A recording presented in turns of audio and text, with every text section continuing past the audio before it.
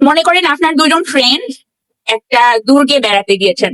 সেই দুর্গটা প্রায় 1600 শতকের দিকে করা।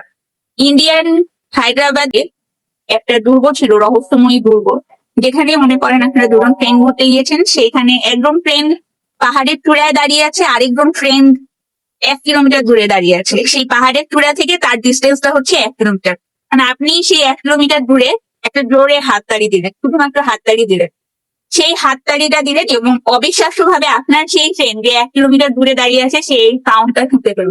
কিন্তু এটা কিভাবে সম্ভব হলো? আজকে থেকে প্রায় 2500 বছর আগে আমাদের মাইক্রোফোন ছিল না, মাইক ছিল না, কিন্তু এই শব্দটা তারা কিভাবে শুনতে পেলো এবং সেটা কি দুর্গ ছিল, সেই দুর্গে কি কি গবেষণা হয়েছে, সেই সব কিছু নিয়ে ইন্ডিয়ান একটা দুর্গ ছিল, যে দুর্গটা হায়দ্রাবাদে অবস্থিত। গোলকুন্ডা নামে এই দুর্গটা পরিচিত।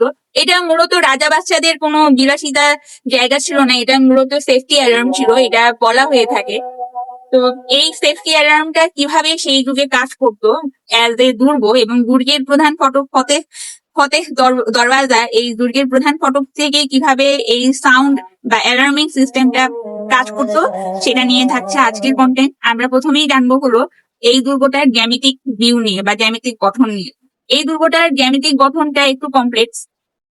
তো এই দুর্গটার দরজার বা প্রধান ফটকের দিকে ছাদটা হলো গম্বুজ আকৃতি। গম্বুজ আকৃতি হওয়ার কারণে যে শব্দটা আপনি পাঠাতে চাচ্ছেন বা হাততালি দিচ্ছেন, সেই শব্দটা দেয়ালে ধাক্কা খেয়ে গম্বুজের উপরে যাচ্ছে, আবার গম্বুজ থেকে দেয়ালে ধাক্কা খেয়ে সেই মানুষটার কাছে যাচ্ছে যাকে আপনি শব্দটা পাঠাতে যাচ্ছেন। এই জন্য বলা হচ্ছে যে গম্বুজটার জ্যামিতিক আকৃতি একটু কমপ্লেক্স।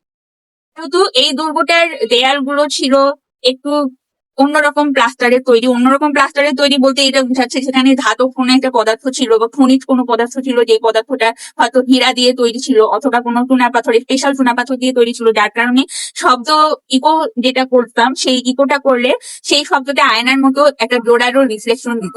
শব্দটাই দেখেন আয়নার মতো কত শার্প, জোরালো জোরালো একটা রিফ্লেকশন দিত। তার মানে শব্দটা সরাসরি পাহাড়ের চূড়ায় যদি কেউ থাকতো তার কাছে সরাসরি শোনা যেত।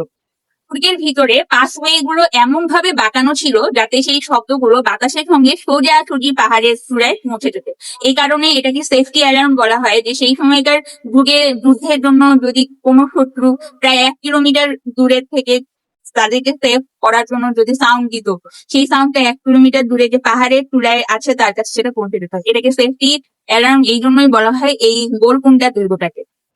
2024 থেকে 26 সালে এই গোলকুন্ডা দুর্গে একরকম দুর্গের ডিজিটাল ম্যাপিং, যেটাকে রেডার 3D ম্যাপিং অথবা ডিজিটাল রেডার, এই পরীক্ষাগুলো দিয়ে করা হয়েছিল তাদের ডিজিটাল ম্যাপটা কিরকম ছিল সেই যুগে এটা বের করার জন্য। তো এটাই ছিল তাদের গবেষণা।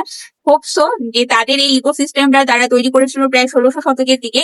এই কারণে এটাকে বলা হয় অ্যালার্মিং দুর্গ বা সেফটি অ্যালার্ম। আজকের এই কন্টেন্ট যদি আপনাদের কাছে ইনফরমেটিভ মনে হয় কমেন্ট করবেন ইনফরমেটিভ, এবং আমি একটা ই বুক লিখছি, সেই ই বুকটি আমি আপনাদের সঙ্গে শেয়ার করবো।